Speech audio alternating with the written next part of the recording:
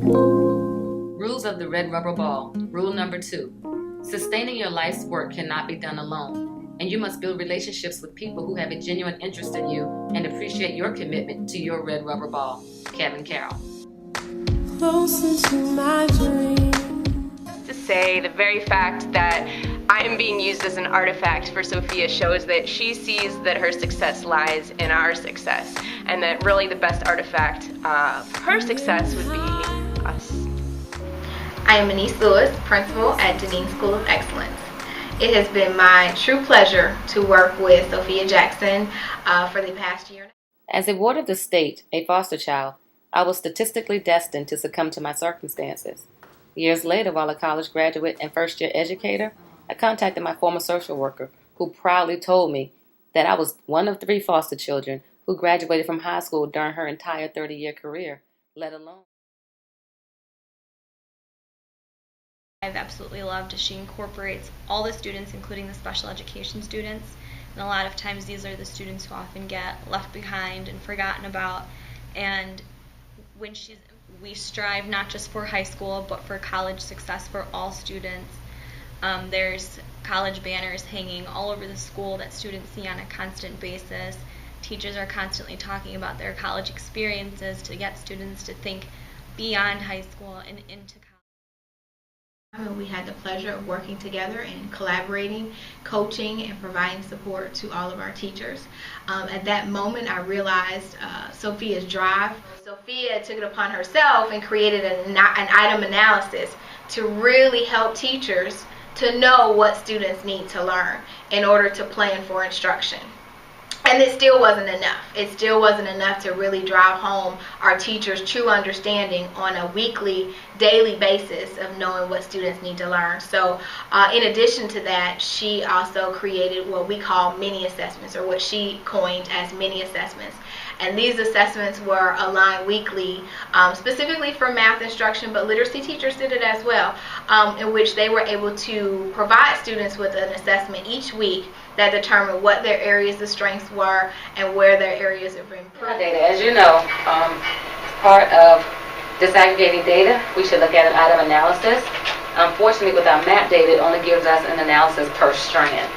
So I ask that you come prepared to bring your map data from. This then drove the bigger picture, which Sophia coordinated school-wide small groups in which all support staff were involved. And not only the teachers, but all of our support team, our ESPs, our instructional assistants, our clerks, were all involved in creating, and a part of the debrief was for her to show the teachers the teaching and be able to debrief together, so that reflection came about with each of the teachers. And that stemmed into the opportunities for Sophia to actually go into the classrooms and co-teach with the teachers. Ms. Jackson has been my coach since day one. She has been very helpful, especially when she comes in and models lessons, co-teaching with me. Her knowledge on standards and lesson planning has been extremely helpful since it's my first year teaching. Which also led into the development of each of our cluster meetings, or our vertical alignment planning sessions, in which teachers were in charge, and she led teachers to become teacher leaders in those meetings, to know what they needed to share with their colleagues and be able to collaborate in groups and knowing what the best practices are. I wanted to talk to you a little bit about how Sophia has created space for us as colleagues to help push each other further, especially in regards to data analysis and collecting data on our students and then using it to inform instruction. So one of the things that she's helped do is to create space where we can have difficult conversations, such as, noticing some teachers maybe weren't doing a reading assessment with their students as a baseline, and kind of sitting down around the table and having a comfortable tone in order to be able to say, well, if you don't have this information, how do you know what they need next? And so she actually allowed me to. And in addition, there was always those coaching sessions, those one-on-one sessions that our teachers continue to vie for with Sophia, where they actually have an opportunity to go ahead and plan a lesson and debrief it with Sophia. Rules of the Red Rubber Ball. Rule number 7. If you maximize each moment and focus on the present, you'll create the future you desire. I began this journey with the intent on being transparent and fearless and asking as many questions as possible. I saw this as my opportunity to dig deep into myself and decide through hard work if I indeed had what it took to move to the next level. My tool belt was comprised of various books, webinars, and in-person sessions through emerging leaders.